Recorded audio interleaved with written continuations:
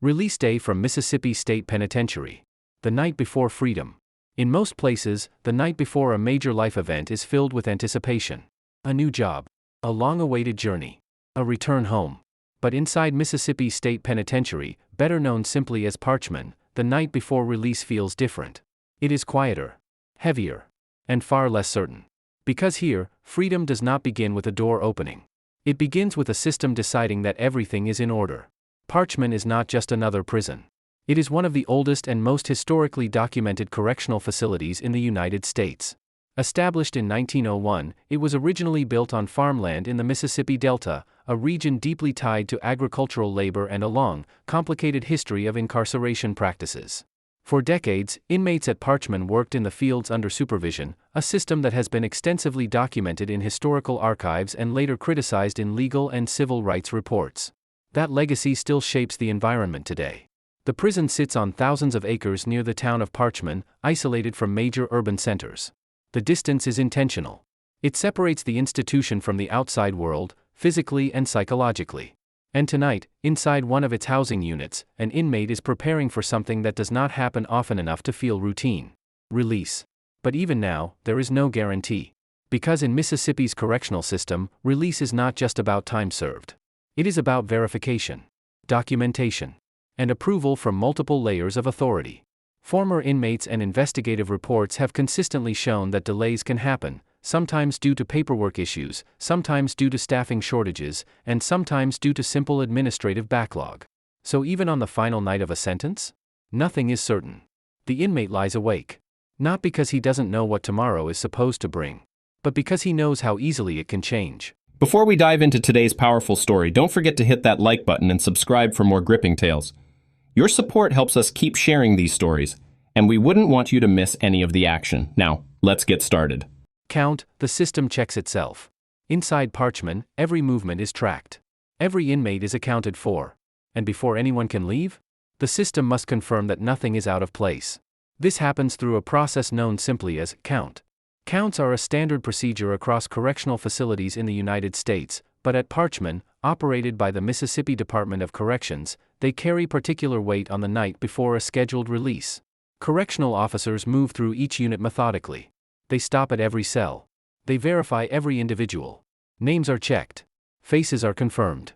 Sometimes wristbands or identification numbers are cross-referenced against official rosters.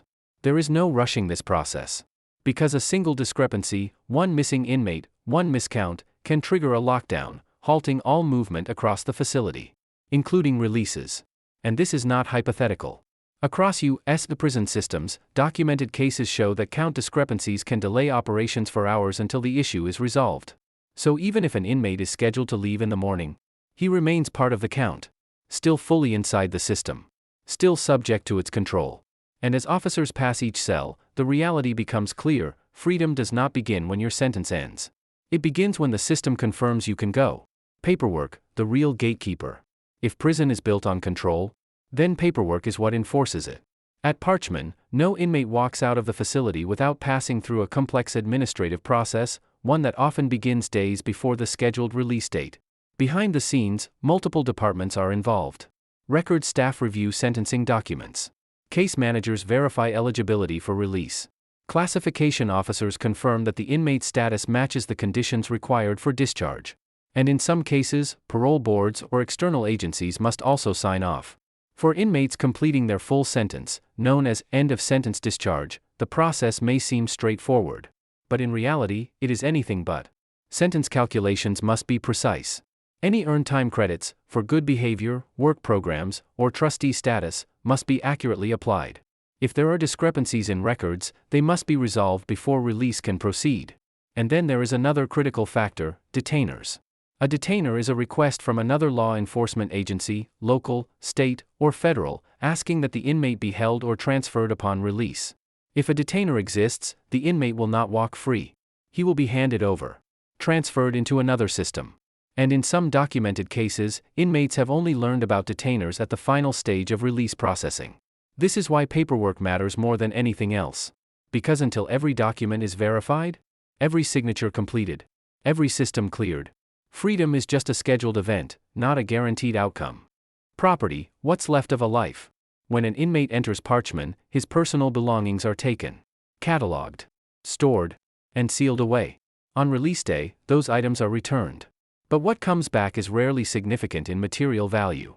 A set of clothes, a pair of shoes, identification documents, if they were available at intake, sometimes letters, sometimes nothing more than a few personal effects that have survived years inside a storage system. The process is procedural. An officer retrieves the inmate's property bag. The contents are checked against records. The inmate signs to confirm receipt. But for many, this moment carries a weight that goes beyond paperwork. Because these items represent a connection to a life that has been paused, sometimes for years, sometimes for decades. And not everything always returns. Inmate grievance reports and investigative journalism have documented cases where property was lost, damaged, or discarded during incarceration. In those situations, there is often little recourse. The system records what it has. And if something is missing, it may remain missing. Still, the act of receiving property is symbolic. It marks a transition from state control back to personal ownership, even if what's returned is only a small fraction of what was left behind. The checklist before freedom.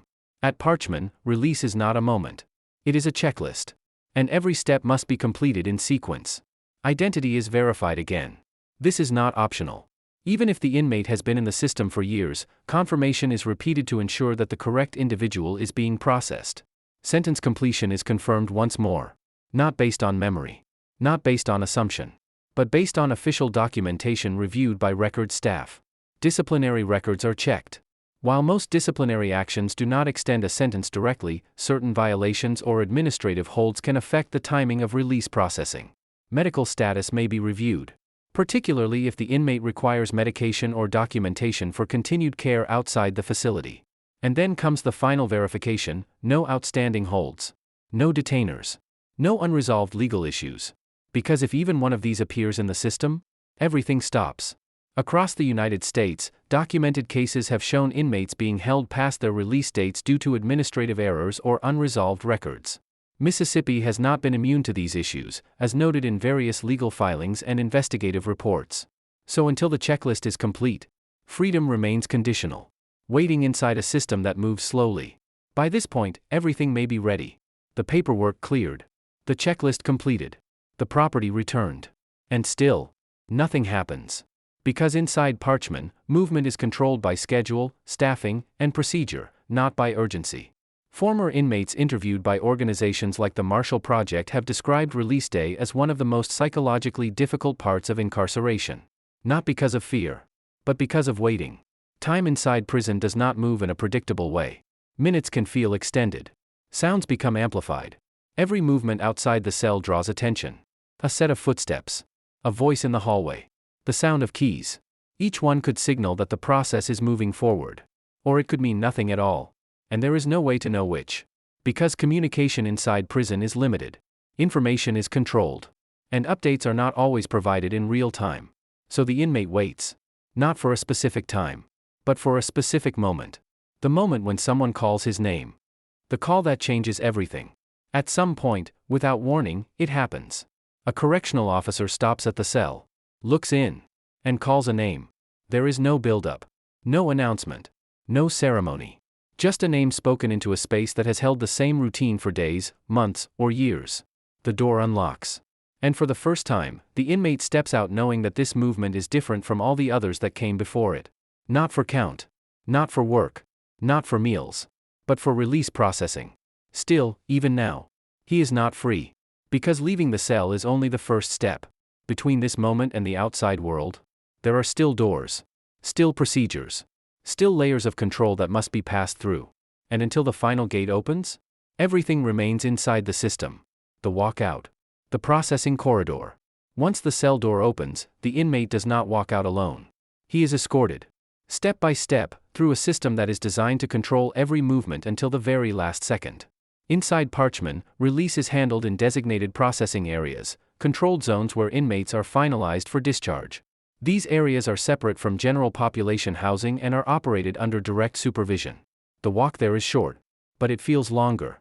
Because this is the first time the inmate moves through the prison with a different status. No longer just serving time, but not yet free. Correctional officers maintain control of the process. The inmate follows instructions: where to walk, where to stop, where to wait. There is no deviation. No conversation beyond what is necessary. Because even at this stage, security protocol does not change. Release is not treated as a special condition. It is treated as a controlled transition. And until the final clearance is given, the inmate remains fully under custody of the Mississippi Department of Corrections. Final identity verification. Inside the processing area, the system begins its final confirmation. Identity. Again. At multiple points throughout incarceration, identity is verified. But on release day, it becomes critical. Because releasing the wrong individual is not just an error, it is a legal failure. Correctional staff compare the inmate against official records. Name. Identification number. Photograph. In some cases, biometric identifiers or documentation may also be referenced, depending on facility protocol. The process is deliberate. There is no assumption. Because once an inmate leaves the custody of the state, that action cannot simply be reversed. Across the United States, correctional systems have implemented strict identity verification procedures precisely to prevent wrongful release or administrative mistakes.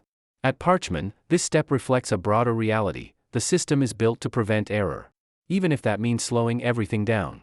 The final signatures. Freedom, in this moment, is reduced to paperwork. Forms are placed on the table. Documents that confirm release has been authorized. Property has been returned. No outstanding holds exist within the system. The inmate signs. Each signature is recorded. Each form becomes part of a permanent record. This is not optional. It is a legal requirement.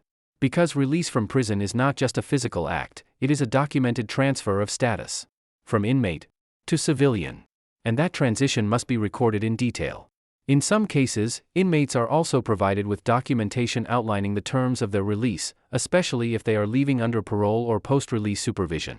These documents may include reporting requirements, restrictions, or conditions that must be followed outside the facility. Failure to comply can result in reincarceration. So even as the inmate signs his way out, the system is still defining what comes next. The reality of money and support. Before leaving Parchman, inmates may receive what is commonly referred to as gate money. This is a small amount of financial support provided upon release, intended to help cover immediate needs such as transportation or food. In Mississippi, policies around gate money and discharge support have been documented through state procedures and reporting by oversight organizations. The amount is limited. And in many cases, it is not enough to sustain someone for more than a short period.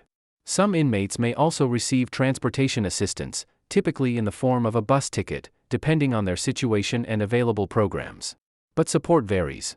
And for many, release comes with minimal resources. This is a critical moment that has been highlighted in multiple criminal justice studies. The transition from incarceration to freedom is one of the most vulnerable periods for individuals leaving prison. Because once the gate closes behind them, the system that controlled every aspect of their life no longer provides structure. And what replaces it is often uncertain. Clothing the outside world. Before stepping outside, one final transformation takes place. The uniform comes off. Prison-issued clothing, standardized, controlled, identifiable, is removed. In its place, the inmate puts on civilian clothes. Often the same clothes he arrived in. Or whatever was available in his stored property. For some, those clothes are years old. Outdated. Worn. A reminder of how long they've been inside. There is no wardrobe provided. No adjustment period. Just a simple change from one identity to another. And in that moment, something shifts. Because for the first time since entering Parchman, the individual no longer looks like an inmate. But appearance does not equal freedom. Not yet. Because even dressed for the outside world, he is still inside the prison. The last hold point. After processing is complete, there is one final stage. Waiting at the gate. This is the last controlled space inside Parchman.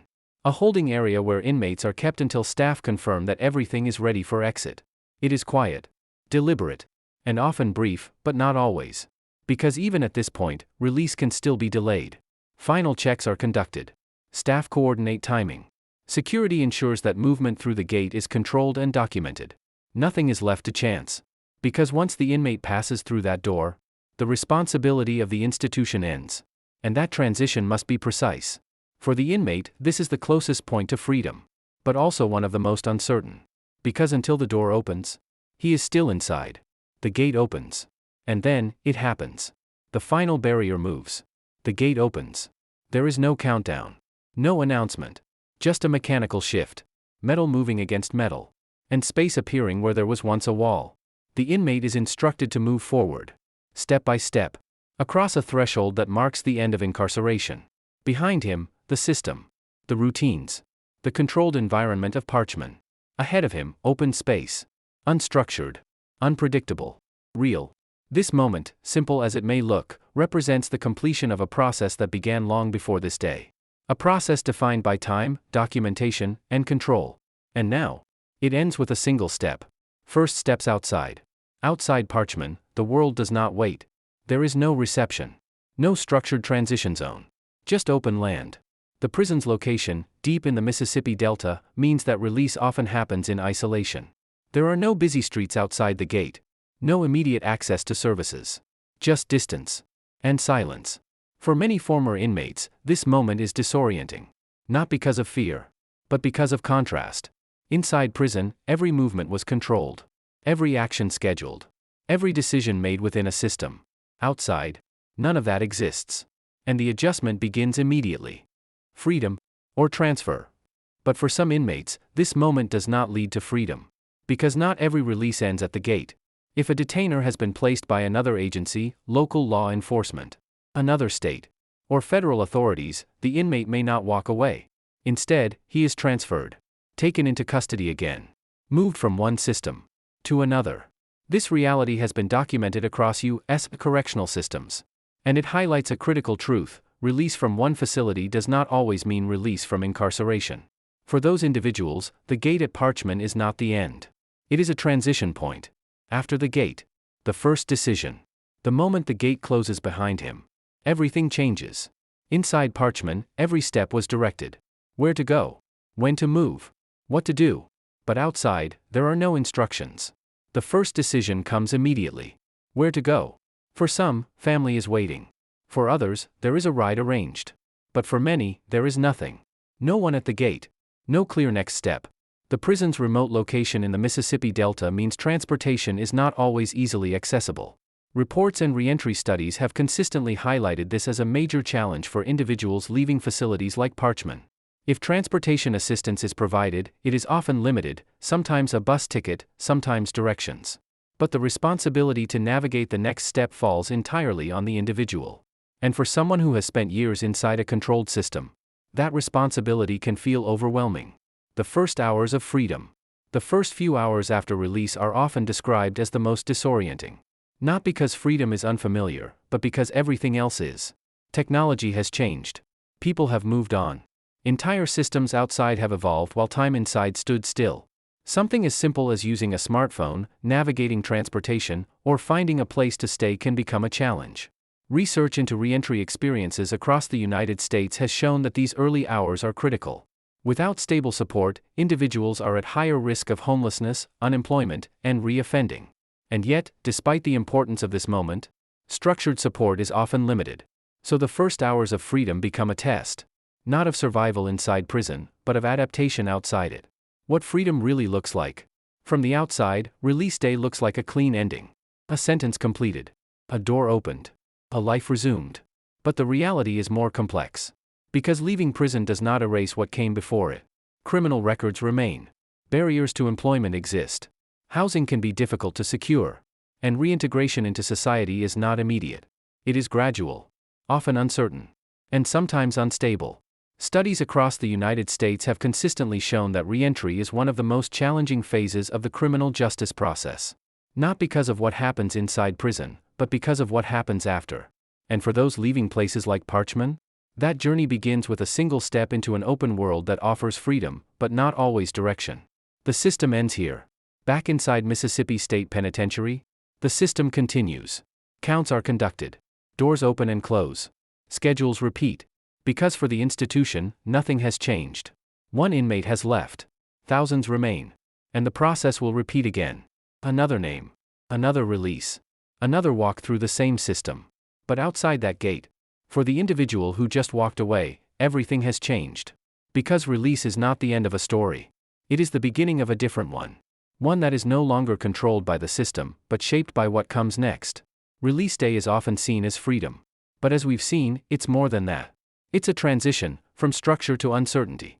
from control to responsibility. And for many, it's just the start of a much longer journey. If you want to understand what really happens inside prisons, and what comes after, subscribe to Life Behind Bars. Because every story doesn't end at the gate. Some of them start there.